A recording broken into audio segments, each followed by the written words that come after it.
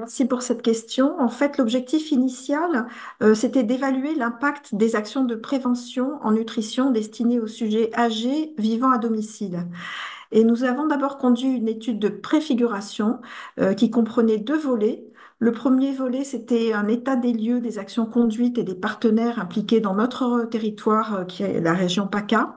Et cet état des lieux a montré qu'il existait de nombreuses propositions d'actions de prévention, mais qu'elles étaient très hétérogènes et que leur impact n'était pas évalué. Donc, ça nous a aussi permis, cet état des lieux, d'identifier deux acteurs majeurs des actions de prévention qu'on appelait, enfin, qui s'appellent encore nutrition senior dans notre région et qui sont la Mutualité française Sud et la CARSAT Sud-Est. Le deuxième volet de l'étude de préfiguration, c'était une analyse bibliographique sur les actions de prévention de la perte d'autonomie chez le sujet âgé. Et cette analyse-là, elle a clairement mis en évidence en fait l'absence de recherche interventionnelle en santé des populations dans ce domaine et donc l'impossibilité de conclure à l'efficacité ou non de ces actions. Les recherches interventionnelles en santé des populations sont des processus de longue haleine parce qu'il faut passer par un certain nombre d'étapes incontournables qui sont la conception, la mise en œuvre, l'évaluation scientifique d'intervention en santé publique. Concernant à la page, les grandes étapes ont été d'une part identifier des structures opérationnelles potentiellement partenaires du projet de recherche, parce qu'à la base, il n'y avait que l'INRAE et l'ORS PACA, l'Observatoire régional de la santé en PACA, mais aujourd'hui, en fait, le consortium recouvre près d'une dizaine de structures. Une étape ensuite, ça a été la réflexion avec ses partenaires sur les points forts et les axes d'amélioration des actions qu'ils menaient, des actions existantes. Et puis la définition, alors cette fois-ci par co-construction entre chercheurs professionnels mais aussi seniors, des principes et du protocole de la recherche interventionnelle à la page. Et c'est donc ensemble, en 2020, en fait 4 ans après le tout début de l'étude de préfiguration, que nous avons décidé de nous engager dans une recherche interventionnelle visant à améliorer l'alimentation et la condition physique du sujet âgé.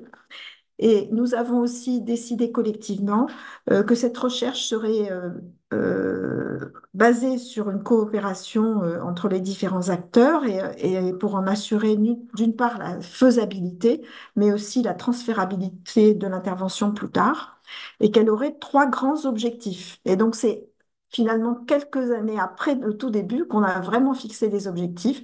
Et nos objectifs, c'était de contribuer à lutter contre les inégalités sociales de santé en favorisant la participation de seniors socialement isolés ou économiquement vulnérables. Deuxièmement, d'améliorer et d'harmoniser la forme et le contenu des ateliers nutrition senior existants qui s'intituleraient donc les ateliers à la page. Et enfin, d'évaluer l'impact, mais aussi les processus de ces ateliers en se basant sur un essai d'intervention randomisé contrôlé par GRAP, les GRAP étant les groupes de seniors participants à des ateliers. Et donc, ces ateliers ont inclus des seniors de plus de 60 ans, enfin 60 ans ou plus, autonomes et vivant à domicile en PACA. Voilà, donc ça a été finalement un très long processus pour déjà poser les choses, identifier les partenaires et définir les, les objectifs. Et une fois que les objectifs ont été définis, ben, on a décidé que les ateliers à la page aborderaient à la fois alimentation et activité physique en adoptant une approche collective, bien sûr, mais aussi doublée de la définition d'objectifs individuels pour chaque participant, avec sur le volet alimentation un accent mis sur la promotion de la diversité alimentaire et sur le volet activité physique un accent mis sur la promotion d'une activité inscrite dans les gestes du quotidien et donc réalisable à domicile.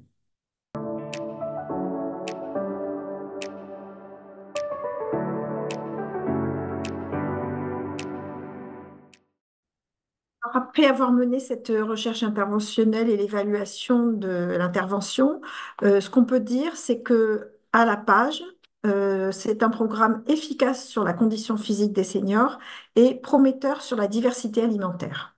En ce qui concerne le volet conditions physiques, l'indicateur principal, c'était la force des membres inférieurs et ça se mesure par le nombre de relevés de chaises en 30 secondes. Et là, nous avons vu un effet significatif, positif, spécifique à l'intervention.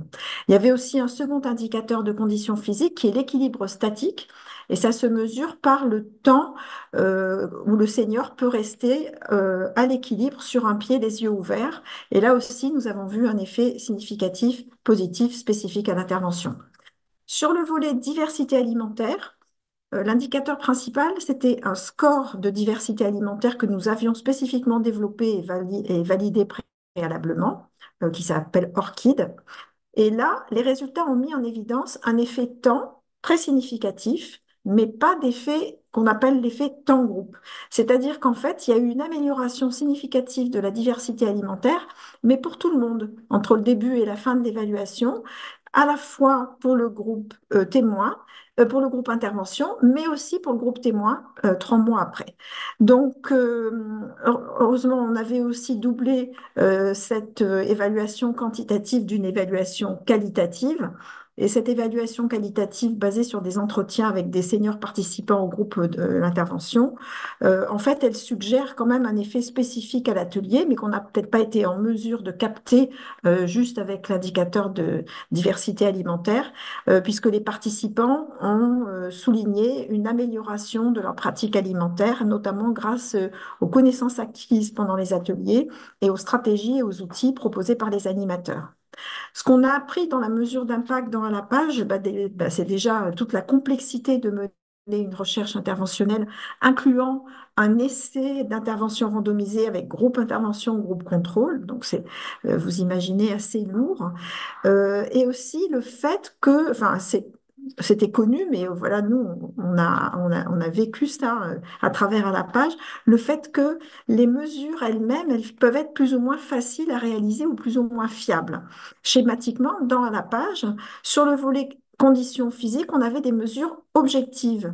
Et finalement, c'est là qu'on a vu un effet démonstratif fort de l'intervention. Par contre, pour le volet alimentation, c'est pratiquement impossible de faire autrement que d'avoir des mesures déclaratives. Demander aux gens ce qu'ils ont mangé la veille ou qu'est-ce qu'ils mangent habituellement.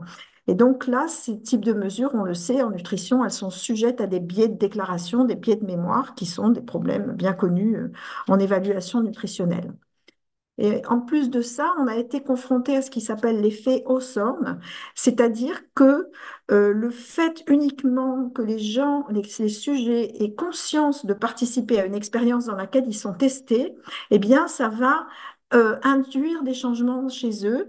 Ils peuvent être très motivés pour modifier leur comportement, et en particulier ici, on l'a vu probablement sur la diversité alimentaire, donc même dans le groupe témoin. Et d'ailleurs, on a eu des personnes des ateliers témoins qui nous ont déclaré être très contentes de participer à une recherche, de rencontrer des professionnels. Et certains ont même déclaré qu'ils se mettaient à faire attention à leur alimentation, alors qu'on aurait voulu qu'ils n'y touchent pas.